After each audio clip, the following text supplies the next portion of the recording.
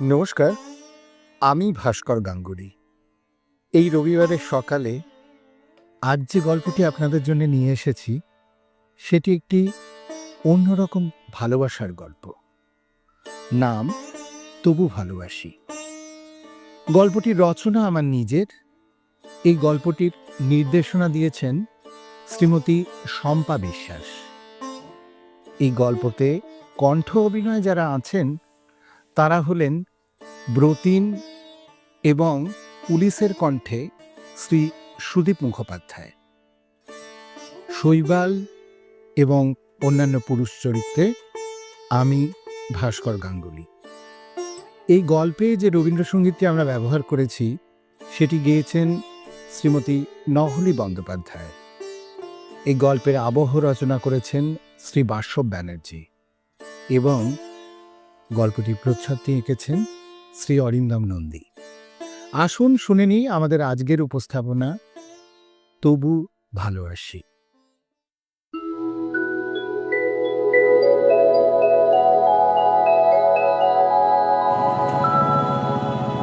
ক্যামাস্ট্রি theatre road ক্রসিংয়ে traffic সিগন্যালে দাঁড়াতেই হলো ব্রতিমকে। সিগন্যালটা হলুদ থাকতে থাকতেই পার হয়ে যাবে ভেবেছিল, কিন্তু পারল না। একটু এগোতে না এগোতেই আলোটা রক্তচক্ষুর হুঁশিয়ারি দিতেই বাইকে ব্রেক চেপে বিরক্ত মুখে দাঁড়ালো ব্রতিম। দুধারে ফুটপাথ থেকে ঢলনামা নানা বয়সের মানুষ চারদিক থেকে রাস্তা পারাপার হচ্ছে। কিছুদিন আগেও ও এই দলেই ছিল, ছুটতে ছুটতে পাবলিক বাস বা ভাগ্যক্রমে মিলে যাওয়া শাটল প্যাসেঞ্জারদের দলে। এই মাসখানেক হলো এই বাইকটা কিনেছে। আজকাল নিজেকে বেশ প্রিভিলেজ ক্লাস মনে হয়, বেশ উপভোগ করে এই ছুটোছুটি করে, তাড়াহুড়ো করে ঘরে ফেরা কি অফিসে আসার সময় মানুষগুলোর অসহায়তাকে নিজের কেমন যেন একটু উচ্চবিত্ত মনে হয়। এই রাস্তা পার হওয়া মানুষের ভিড়ে মনে হলো যেন শৈবাল রাস্তা পার হলো। শীত দ্বারা বেয়ে একটা ঠান্ডা স্রোত নেমে আসে। ব্রতিম তাড়াতাড়ি মুখটা অন্যদিকে ঘুরিয়ে নেয়। পর মুহূর্তে মনে মনে হেসে ওঠে, আরে মুখ তো হেলমেটে ঢাকা, আর শৈবাল কলকাতায় আসবে কোথা থেকে? থিয়েটার রোড এখন বানবে, কাজেই চাইলেও লোকটা শৈবাল কিনা সেটা নিশ্চিত করা যাবে না। আর হলেই বাকি, গৌহাটি থেকে সব সম্পর্ক চুকিয়ে দিয়েছে ব্রতিম বহুকাল। কটা টাকার জন্য শৈবাল যদি কলকাতায় এসে ব্রতিমকে খোঁজেও, তাহলে খুঁজে পাওয়া অতটা সহজ হবে না। ওর চিন্তার মায়াজাল কাটে পেছনের গাড়ি অধৈর্য হল, সম্বিত ফেরে। আশেপাশে হুস হুস করে গাড়িগুলো এগিয়ে যাচ্ছে। ব্রতিম দ্রুত এক্সেলেটার ঘোরায়। মনের মধ্যে একটা বিষক্রিয়া, তেতো স্বাদ মুখের ভেতর। পাক সার্কাস থেকে মাখড়ায় বেড়ে উঠল ব্রতিম। রোজকার চেনা রাস্তা, তাই আপন ছন্দেই এগিয়ে যায়। মনটা কেমন বিষণ্ণ হয়ে আছে। অন্য দিনগুলোতে কিরম ফুরফুরে মেজাজে পার্ক স্ট্রিট থেকে প্রায় উড়ে উড়েই বাড়ি ফেরেও, কিন্তু আজ কিছুতেই শৈবালের চিন্তাটা মাথা থেকে বার করতে পারছে না। গুয়াহাটির অতীতটা কিরম একটা পচা ক্ষতর মতো ব্রতিমের জীবন জুড়ে, যাতে একটা ব্যাকটেরিয়ার মতো বসে আছে শৈবাল। অন্যদিন চলতে চলতে আশেপাশে সাজানো হোটেলগুলোর আলো দেখে, ব্রিজের ওপর থেকে দেখে শহরের বনেদিয়ানা, দেখে বাইপাসে থমকে দাঁড়ানো গাড়ির সারি। সব কিরম ছন্দ বাঁধে ওর এই দীর্ঘ যাত্রাপথে। একটা শাস্ত্রীয় সুর ও সঙ্গ দেয় অন্যদিন। কাব্যিক চিন্তাশীল মন ব্রতিমের নয়, তবে আজকাল ও আর জড়স্থবিরও নয়। আজই ৩৩ বছর বয়সে এসে এই মুহূর্তে ওর নিজেকে কেমন নুব্জ বৃদ্ধ মনে হচ্ছে। এতদিন নিজেকে কেমন ফুরফুরে সুখী দায়িত্বহীন বালক মনে হতো, কিন্তু এই সিগন্যালের লাল আলোটা যেন ওর জীবন থেকে সব নিংড়ে নিয়ে ঠেলে ফেলে দিল একটি গভীর অসুখের ভেতর। সময়ের ঘড়িটা কেমন যেন উল্টো হেঁটে দুয়ো দুয়ো করে ব্রতিমের সুখী হতে চাওয়া মনটাকে ঠাস করে একটা থাপ্পড় কষালো। আর সেই কষাঘাতের প্রবল প্রতাপে চোখে সর্ষে ফুল দেখাতে দেখাতে মুখের সামনে এসে দাঁড়ালো শৈবাল। হাসি হাসি মুখে প্রশ্ন করল, কি ভেবেছিলে ব্রতিম? পালিয়ে যাবে? আমি তো তোমায় পালাতে দেব না ব্রতিম। সবকিছু তালগোল পাকিয়ে যায় ব্রতিনের। বাইকটা একটা গর্তে পড়ে, আর ব্রতিন ছিটকে পড়ে একটা গাড়ির বনেটে। চেতনা হারানোর মুহূর্তে গেল গেল চিৎকার, গাড়ির হঠাৎ ব্রেক কষা, আর নানা আলো শব্দে চোখ বন্ধ করে ব্রতিন। হেলমেট পরা মাথাটা সজোরে ধাক্কা খায়। কেনিলর্থ হোটেল থেকে হাঁটতে হাঁটতে পার্ক লেনে যাওয়াই সাব্যস্ত করেছে শৈবাল। যদিও এই সময় হাঁটা ছাড়া উপায়ও নেই। চতুর্দিকে ওয়ান ওয়ে। হোটেলে বললে অবশ্য একটা গাড়ি পাওয়া যেত, শতক সরকারি ডেলিগেট, কিন্তু সে রাস্তায় হাঁটল না ও। এই ভেজা সন্ধ্যের আলো আঁধারির খেলা দেখতে দেখতে সাধারণ মানুষের সাথে পা মেলালো শৈবাল। ছোটবেলায় অনেকটা সময় এই পার্ক লেনে আন্টি গ্রেসের বাড়িতে কাটিয়েছে ও। ওর মা আর বোন ভাড়া ছিল আন্টির বাড়ি। বাবা তখন সিডনিতে। ক্লাস 6-এ উঠে আসামে চলে গেল ওরা। বাবা নতুন চা বাগান কিনলো লখিমপুরের কাছে, আর ও চলে এলো গৌহাটিতে হস্টেলে। সেই যে সম্পর্কের সুতোটা আলগা হতে শুরু হলো, তা যেন কবে পট করে ছিঁড়েই গেল। বাবা মা মারা গেলেন, বোন বিয়ে করে বিদেশ চলে গেল, আর শৈবাল কিরকম অন্তর্মুখী হয়ে আস্তে আস্তে নিজেকে নিজের মধ্যে ফুটিয়ে নিল শামুকের মতো। ও জানে পৃথিবী ওকে বুঝবে না, ভালোবাসা ওকে খুঁজবে না, সময় ওকে বারবার ঠেলে দেবে পরিহাসের পরিমণ্ডলে।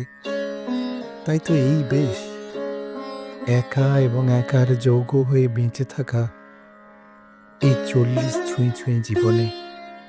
আন্টি গ্রেস হয়তো এখন আর বেঁচে নেই, বাড়িটাও হয়তো আর নেই, তবু ইচ্ছে হয় শৈবালের অতীতটাকে একবার ছুঁয়ে দেখতে, সেই চেনা পাড়াটার এধার ওধার একবার ঘুরে দেখতে। আর তাই ভবঘুরের মতো বেরিয়ে পড়া। কলকাতায় বহুকাল বাদে এলো। রাস্তাঘাটগুলোও কিরকম অন্যরকম হয়ে গেছে। এত গাড়ি, এত ট্রাফিক, সব কিরকম যেন। সেই 30 বছর আগের ওর ছোটবেলার কলকাতা যেন আজ শুধু ওর কল্পনাতেই বেঁচে আছে। কেম্যাক স্ট্রিটটা পার হওয়ার সময় মনে হলো, যদি হঠাৎই রতিনের সাথে দেখা হয়ে যায়। কার কাছে যেন শুনেছিল রতিন এখন কলকাতায় কোনো একটা অ্যাড এজেন্সিতে, না, ইভেন্ট ম্যানেজমেন্ট কোম্পানিতে কাজ করে। খুব সুন্দর ছবি আঁকত রতিন, খুব ভালো ছবিও তুলত। এ তো কি অদ্ভুত, ওর জন্মলগ্ন ওকে ঘর ছাড়া করে দিল। বছর 4 বয়স থেকেই ঘর ছাড়া। মা বাবার বনিবনা হয়নি, যে যার নিজের মতন পথ বেছে নিয়েছেন, আর ফল ভুগেছে ছেলেটা। মমতা, স্নেহ, এসবের হিসেব হয়েছে পয়সায়। আর তারপরে প্রতিদিন হয়েছে চূড়ান্ত স্বার্থপর হিংসুটে। তবে এত কিছু সত্ত্বেও শৈবাল রতিনকে কিন্তু খুব পছন্দ করত। নিজের সাথে একটা মিল খুঁজে পেত। একাকী দৌসর যেন। শৈবালের সব থেকেও কেউ নেই, আর রতিন জীবনে কিছুই পায়নি। আজ মনে হয় ওর উদগ্র আগলে রাখার মানসিকতায় বোধহয় রতিন হাঁপিয়ে উঠেছিল। তাই এরকম হঠাৎই কিছু না জানিয়ে উধাও হয়ে গেল। হয়তো বুঝতে পারতো শৈবাল, কিন্তু ইচ্ছে করেই খুঁজেনি। যারা স্বেচ্ছায় হারিয়ে যায় তাদের যে খোঁজা বৃথা। শৈবালের একা ঘরের আকাশে সদ্য ফোটা তারার মতো ফুটে থাকে প্রবল ইচ্ছের রূপকথারা। হারিয়ে যাওয়া সময়ের গভীরে অন্য জীবনের গল্প আঁকে তারা। কিন্তু প্রতীক্ষিত সময় সে তো উল্টো পথে হাঁটে। স্বপ্নকে মিথ্যে করে বাস্তব জাগে কর্মব্যস্ততার প্রতিলিপি হয়ে। বিষণ্ণ বিপন্ন শরীরে মনে জাগে অস্থিরতার ঠিকানা। হাসপাতালে আসার আগেই জ্ঞান ফিরেছিল ব্রতিনের। পুলিশের অ্যাম্বুলেন্সে গভীর ক্লান্তিতে চোখ বন্ধ করে পড়েছিল। হাতটায় অসম্ভব ব্যথা, নাড়াতে পারছে না। গাড়ির মধ্যে দুজন লোকের উত্তাপীন কথোপকথন। এই গর্তগুলো ঠিক করবে না, আর আমাদের ভোগান্তি, প্রায়ই কাউকে না কাউকে নিয়ে হাসপাতালে ছোট। আরেকজন উত্তর দিল, আরে মরে গেলে তো হয়েই গেল, কখন যে বাড়ি ফিরতে পারবো তার ঠিক নেই। নিজের বেঁচে থাকার খবরটা জানান দিতেই ব্রতী ও বাহ বলে একটা আওয়াজ করে। জ্ঞান হয় তো হোস্টেল, পিজি এসবে থাকার সুবাদে ও বুঝে গেছে নিজের অস্তিত্ব নিজেকে আদায় করে নিতে হয়, কেউ হাতে ধরে কাউকে কিছুই দেয় না। প্রতিনের আওয়াজে লোক দুটো একটু সচেতন হয়। যাক, জ্ঞান ফিরেছে তাহলে। যা ভেলকি দেখালেন ভাই। দেখুন এবার হাসপাতাল কি বলে। আর বাড়ির লোকে খবর দিন, হাসপাতালে আসতে বলুন। শেষ কথাগুলোর মধ্যে যেন কিরম ধমকের সুর। ব্রতী মিউ করে বলে, আমি আমি একা, আমার কোনো বাড়ির লোক নেই। আমার ফোনটা? এবার উত্তর আসে, জানি না বাবা, যেভাবে পড়েছেন ফোনটা আস্ত আছে বলে তো মনে হয় না। এই নম্বর বলুন, বন্ধু বান্ধব অফিসের লোক কেউ তো আছে? ব্রুটির মাথা নাড়ে, না বলে। অন্ধকারে যে মাথা নাড়া কেউ দেখলো বলে মনে হয় না, কিন্তু ওধার থেকে কোনো উত্তরও এলো না। হাসপাতালের এমার্জেন্সিতে এক্স রে করে দেখা গেল বাঁ হাতটা ভেঙেছে। ডাক্তার বললেন অল্পের ওপর দিয়ে গেছে, পরে এসে একটা সিটি স্ক্যান করে যাবেন। অজ্ঞান হয়েছিলেন, সেটা কিন্তু করা দরকার। ওষুধ লিখে দিলাম, নিয়ে নিন। বমি টমি হয়নি যখন, তখন আর অ্যাডমিট করতে বলছি না। 7 দিন পরে আউটডোরে দেখিয়ে যাবেন। সাথে লোক দুটোর দিকে তাকিয়ে বললেন, বাড়ির লোককে খবর দিয়েছেন? এবার ব্রুকিন উত্তর দেয়, আমি আমি একাই, আমার খবর দেওয়ার মতো কোনো লোক নেই। ডাক্তার ভদ্রলোক আর কথা বাড়ালেন না।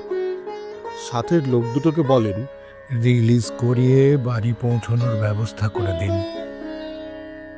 এতক্ষণে ব্রতী ওকিয়ে ওঠে, আমার বাইকটা, ফোনটা? পেছনের পকেটে হাত রেখে দেখলো 5টা আছে। লোক দুটো প্রায় সমস্যা রেখে কি উঠল, আরে বাইক থানায় জমা পরে ছাড়িয়ে আনবেন, এই নেন কাগজ। আর ফোন আমরা খুঁজে পাইনি, থাকেন কোথায়? উত্তর দেয়, বারুইপুর। আমায় আমায় একটা ক্যাব বুক করে দিন, আমি একাই চলে যেতে পারবো।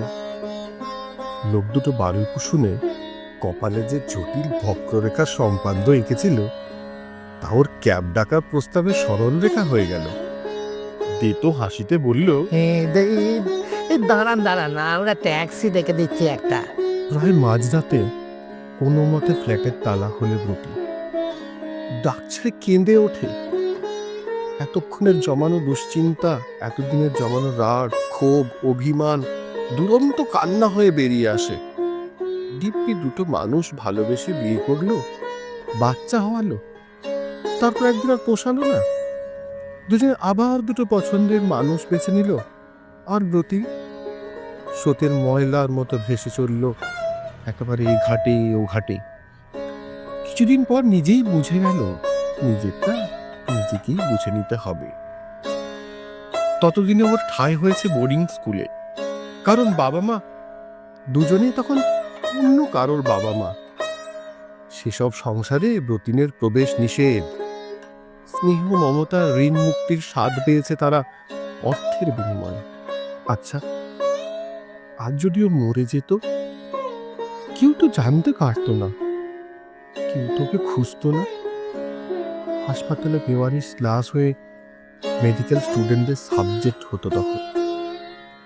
পৃথিবীতে তোমায় কেউ ভালোবাসে না, কেউ তোমায় চায় না। এর থেকে বড় অভিশাপ বোধ আর কিছু হয় না। স্কুলে যখন ভ্যাকেশন হতো, সমস্ত বোর্ডিং খালি করে হই হই করে ছেলেরা যখন বাড়ি চলে যেত, আর রতিন থাকতো হোস্টেলের দারোয়ানের ভরসায়। রতিন একা ঘরে ঠক ঠক করে কাঁপতো, কারণ বোর্ডিংয়ের দারোয়ান সেই সব ছুটির রাতগুলো ইচ্ছে মতো ওর শৈশবকে ধ্বস্ত করত। পরে অবশ্য সেটাই কিরকম অভ্যেস হয়ে গেল। দু একবার বাবা মার কাছে অভিযোগ করতে যে চাইনি তা না, কিন্তু উপেক্ষা শীতলতা বুঝিয়ে দিয়েছে এসবই ওর ভবিতব্য। অতঃপর ভাগ্যকে মেনে নিয়ে বাবা মাকে একটি এটিএম মেশিন বানিয়ে ফেলেছে রতিন। দেবে না মানে দিতেই হবে। আমি কি বলেছিলাম আমায় জন্ম দিতে? তবে এসব বেশি দিন চলেনি। পড়াশুনো শেষ হতেই দুজনে বলে দিলেন, অনেক টেনেছি, এবার নিজে খুঁটে খাও। লেখাপড়া যা শিখেছ তাতে একটা ভালো চাকরি জুটিয়ে নিতে পারবে। অতএব নিজের রাস্তা দেখো।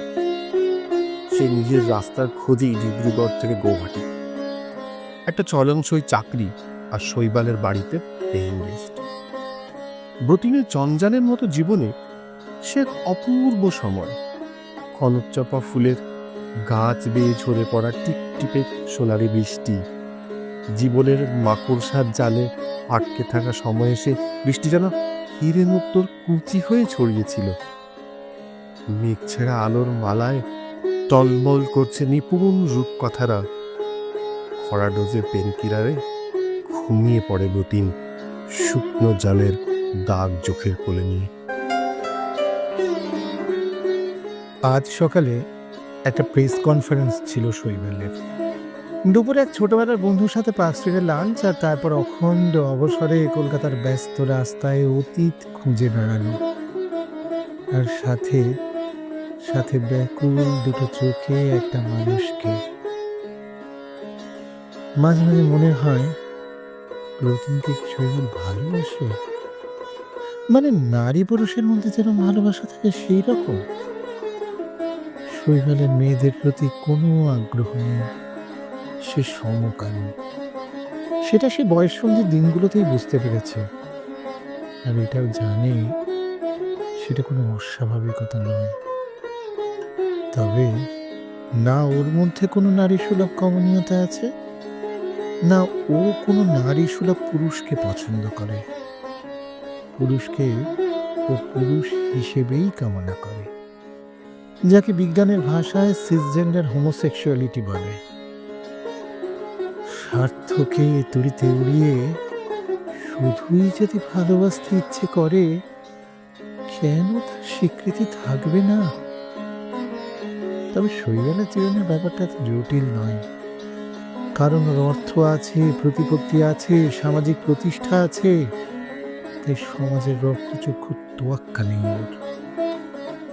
আছে শুধু এক নির্ভরতায় নির্ভর হওয়ার প্রতীক্ষা। সে প্রায় বছর 6 আগের কথা। রতিন যখন ওর বাড়িতে পিজি থাকতে এলো, অত বড় বাড়িটায় বড় একা লাগতো। অফিসের একটা ছেলেই রতিনকে নিয়ে এসেছিল, ঝকঝকে স্মার্ট একটা ছেলে। সদ্যই চাকরি পেয়ে গৌহাটি এসেছে, আপাতত পল্টন বাজারে একটা পাতি হোটেলে থাকছে। কথা বলে বেশ ভালো লেগেছিল শৈবালের। পরে আস্তে আস্তে ওর অতীত সম্পর্কে জেনেছিল। ছেলেটাও অকপটে তার বঞ্চনার দলিল শৈবালের কাছে মেলে ধরেছিল। শেষের কয়েক বছর তো পিজির ভাড়াটাও দেয়নি। কিরকম মায়ায় বেঁধে ফেলেছিল শৈবালকে। তারপর একদিন হঠাৎই ফোন করে বলল, এই শোনো না, একটা চাকরি পেয়েছি, বাইরে চলে যাচ্ছি, পরে এসে একদিন দেখা করব। সেদিন খুবই রাগ হয়েছিল শৈবালের। আমার টাকাটা না পেলে তোমায় কিন্তু পৃথিবীর পেট থেকে বার করে আনবো। জানতো শৈবাল সে টাকাও পাবে না, আর আশাও ওর ছিল না। তবে একটা ধমকির ক্ষীণ সুতোয় রতিনকে বাঁধতে যাওয়ার ব্যর্থ চেষ্টা। শুধুই কি রতিনের সঙ্গটা চেয়েছিল? সেটা কি ভালোবাসা নাকি স্নেহ? নাকি নাকি একা হয়ে যাওয়ার ভয়, নাকি বংশ বিস্তারের ছক ভেঙে শুধুই ভালোবাসার আকর্ষণ? বছর ঘুরে গেল, তো ভুলতে পারল না রতিনকে। এখন মনে হয় পেয়ে হারানোর কষ্টের চেয়ে না পাওয়ার যন্ত্রণাটাই তো ভালো ছিল। রতিনের ঘুম ভাঙল অনেকটা বেলায়। সারা শরীরে অসহ্য যন্ত্রণা।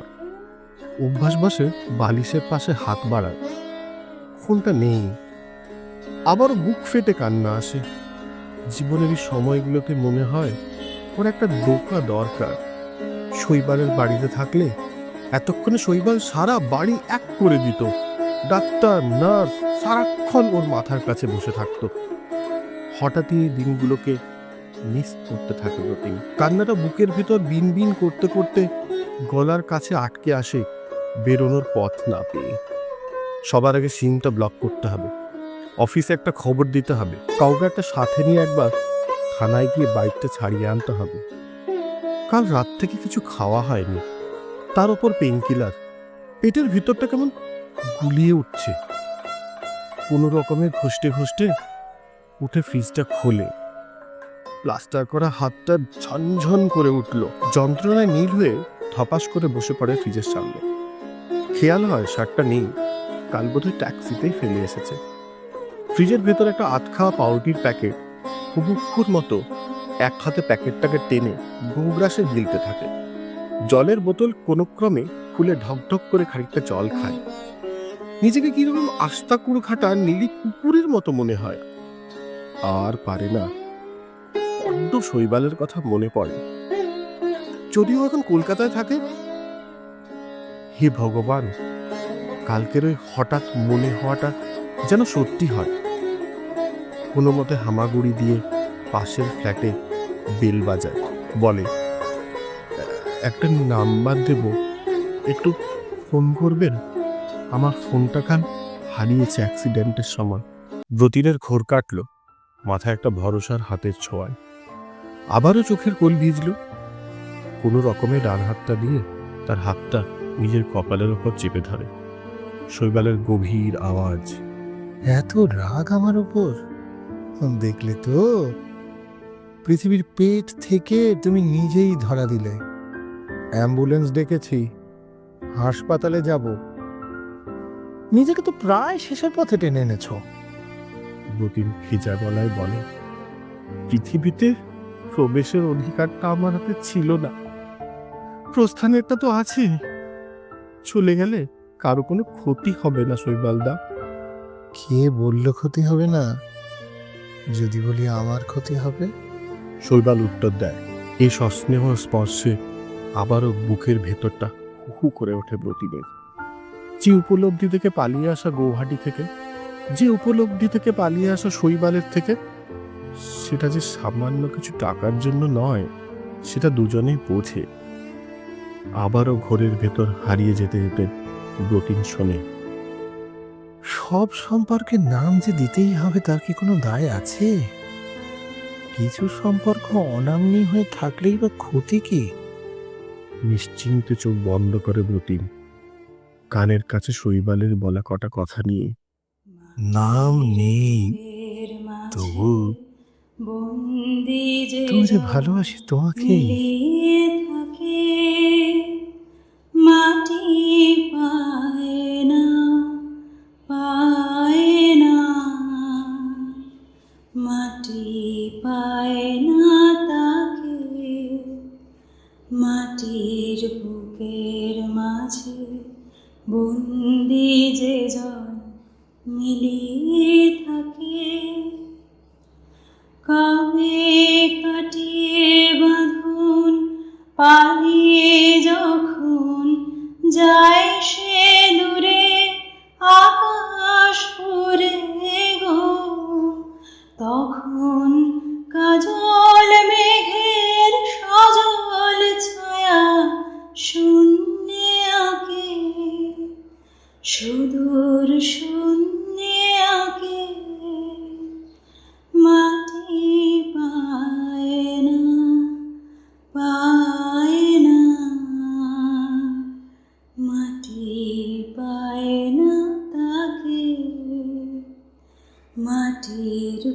বুকের মাঝে বন্দি যে জন মিলিয়ে থাকে শেষে বজ্র তারে বাজায় ব্যথা বন্ধি জ্বালায় ঝঞ্ঝা তারে দিক বিদিকে কাঁদিয়ে চালায় তখন কাছের ধন যে দূরের থেকে কাছে আসে বুকের পাশে গো তখন চোখের জলে নামে এসে যে চোখের জলের ডাকে আকুল চোখের জলের ডাকে মাটি পায় রে